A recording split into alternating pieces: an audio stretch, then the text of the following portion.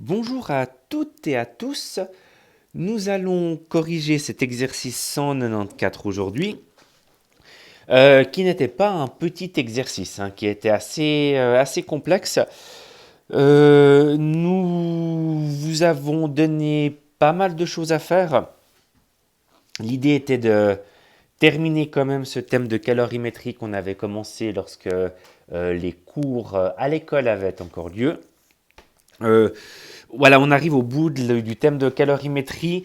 On fera une pause dans l'avancée du programme et on s'attardera surtout à faire de la révision d'ici d'ici la semaine prochaine. Je crois qu'il y aura encore un exercice à corriger en calorimétrie, mais voilà, on aura fait pas mal de choses. Le but, c'est aussi, quand on se reverra, il y aura peut-être sûrement une petite mise à jour à faire en termes de calorimétrie. Mais voilà, au moins comme ça, on a parcouru l'entier du sujet. C'était le but.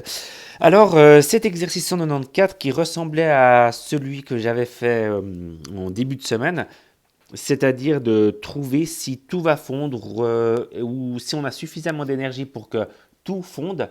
Et si c'est pas le cas, quelle quantité alors ici de glace, quelle quantité de glace aura fondu. Donc je vais commencer. Première chose, on va, on va utiliser tout ce qui reste du labo-gaz, c'est-à-dire du gaz butane. Il nous reste 4 grammes. On veut déjà savoir la quantité d'énergie dont on dispose si on brûle ces 4 grammes. Alors, on va noter ça comme ça. Je vais essayer de faire pas mal de texte parce que c'est vrai que ces suites d'équations, euh, c'est des fois, enfin, comment dire, mathématiquement, c'est jamais très très compliqué ce qu'on fait. Ce qui est compliqué, c'est en termes de réflexion. Donc, quantité d'énergie disponible dans le labo gaz, disponible dans le labo gaz. Alors, c'est évidemment de l'énergie qui est stockée sous forme d'énergie chimique. Et on calcule comment la variation de masse qu'on brûle, donc de masse de gaz, fois le pouvoir énergétique du gaz butane. Donc on va brûler 4 grammes, donc 4 fois 10 puissance moins 3, pour mettre cette grandeur en kilogrammes, fois le pouvoir énergétique du gaz butane qui se trouve dans les tables, qui est environ 45 millions de joules par kilogramme. Ça veut dire que si on brûle 1 kg de gaz butane, on a entre guillemets produit où on a à disposition 45 millions. Là, on ne brûle pas 1 kg, on brûle beaucoup moins, on brûle quelques grammes. Donc on aura moins que 45 millions. On aura exactement 182 400 joules. Ça, c'est la première étape. Maintenant, vous avez vu que on vous introduit un rendement. Donc le rendement, il faut toujours le voir comme ça, c'est-à-dire la variation d'énergie chimique. Et on avait fait beaucoup de schémas comme ça au début du thème d'énergie. Il y a une quantité d'énergie qui va être donnée dans de l'énergie thermique, mais une quantité d'énergie va être mise ou va être perdue avec les guillemets d'usage.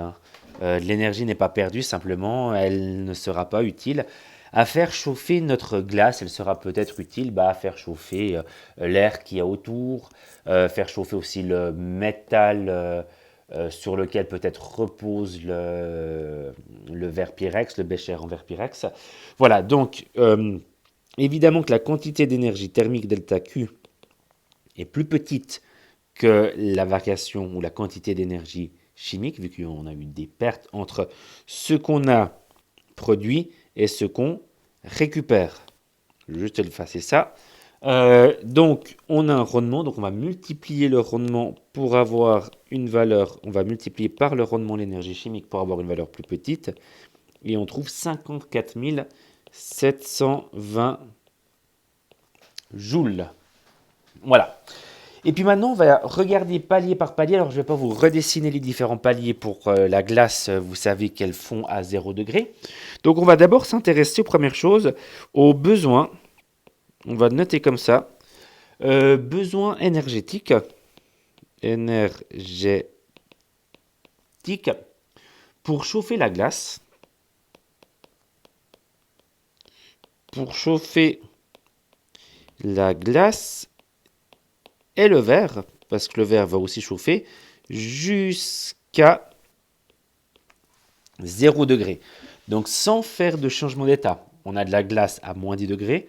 On veut déjà savoir la quantité d'énergie qu'on a besoin pour qu'au final, cette glace soit à 0 degré.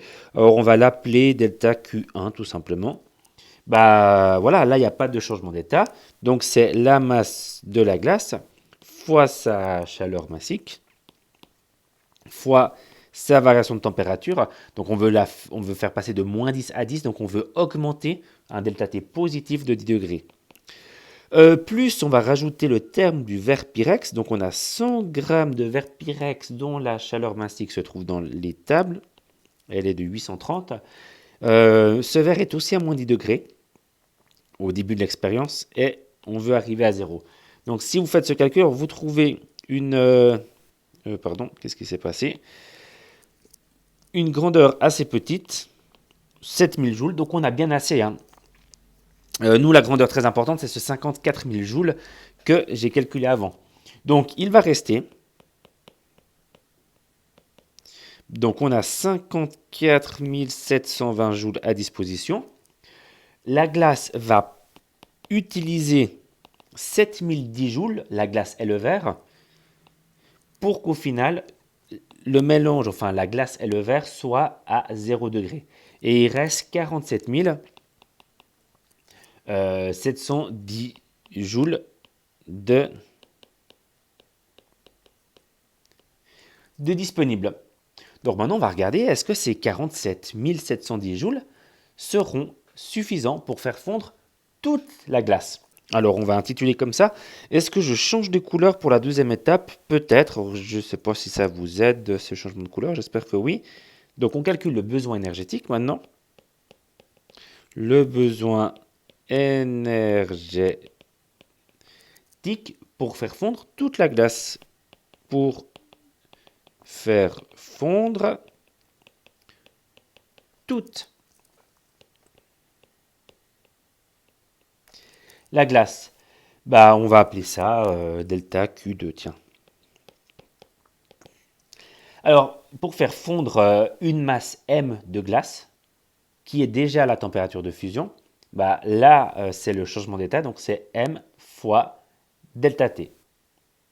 Donc, on peut calculer ce M fois delta T, c'est ce 0,3, la masse de la glace, pardon, j'ai dit 2 fois delta T, c'est une grosse erreur, vous aurez corrigé de votre côté, c'est fois la chaleur latente de fusion, donc fois les 3,3 fois 10 puissance 5.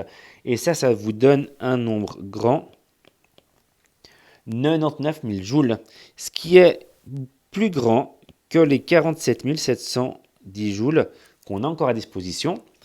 Donc, la glace ne va pas fondre entièrement. Elle ne va pas fondre entièrement. On n'a pas suffisamment d'énergie pour la faire fondre entièrement. Alors, on a, en tout et pour tout, 47 700 joules.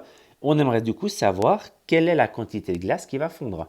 Si on était arrivé ici à 0 joules, ça voudrait dire qu'on aurait eu juste assez d'énergie pour que la glace arrive à 0 degré, mais rien de plus. Donc on n'aurait eu que de la glace à 0 degré. Comme il nous reste 47 710 joules, la glace va prendre ces 47 710 joules et commencer un processus de fusion. Elle va commencer à fondre. Pour qu'elle fonde entièrement, elle a besoin de 99 000 joules. Donc elle ne va pas fondre entièrement, elle va fondre en partie. Une partie de la glace va fondre. Quelle partie? Il faut utiliser la formule qu'on a utilisée avant, M fois LF, mais cette fois, M est notre inconnu. M, c'est la masse de glace qui fond. Donc, on a 47 710 joules. Et en posant cette équation-là, qui paraît simple mathématiquement, mais qui en termes de réflexion est assez complexe parce qu'il faut toujours ne pas oublier que ce MC, c'est pas la masse de glace, c'est la masse de glace qui fond. Ici, on a 300 grammes de glace, il n'y a pas tout qui fond. Bon, ça fait, je crois, maintenant 5 fois que je le dis différemment. J'espère que c'est clair. Donc, on résout cette petite équation et on trouve M est égal à 144,6 grammes. Donc, ça, c'est la masse. Donc, 144,6 grammes de...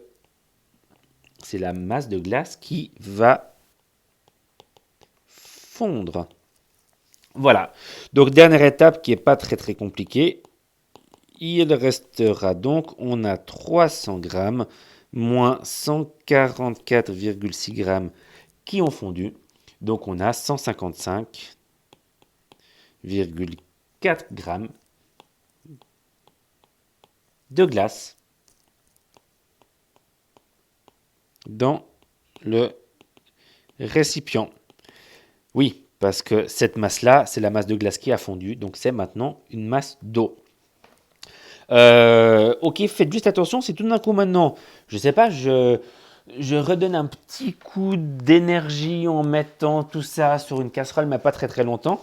Bah, la quantité d'énergie supplémentaire que je pourrais avoir en mettant ce bécher sur une casserole ne me servira pas à faire augmenter la température de cette eau. Elle me servira d'abord à transformer cette glace, cette masse de glace, en eau. Voilà. Sinon, on a un récipient. Il y a un T, il me semble. Je ne sais pas pourquoi il s'est effacé.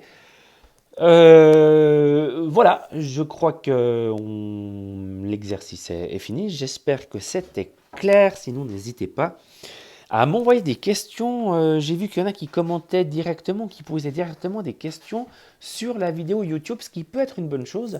Comme ça, vos commentaires sont visibles pour vos camarades qui se poseraient peut-être la même question. Donc, n'hésitez pas à en poser. Je vous souhaite une bonne journée. Au revoir.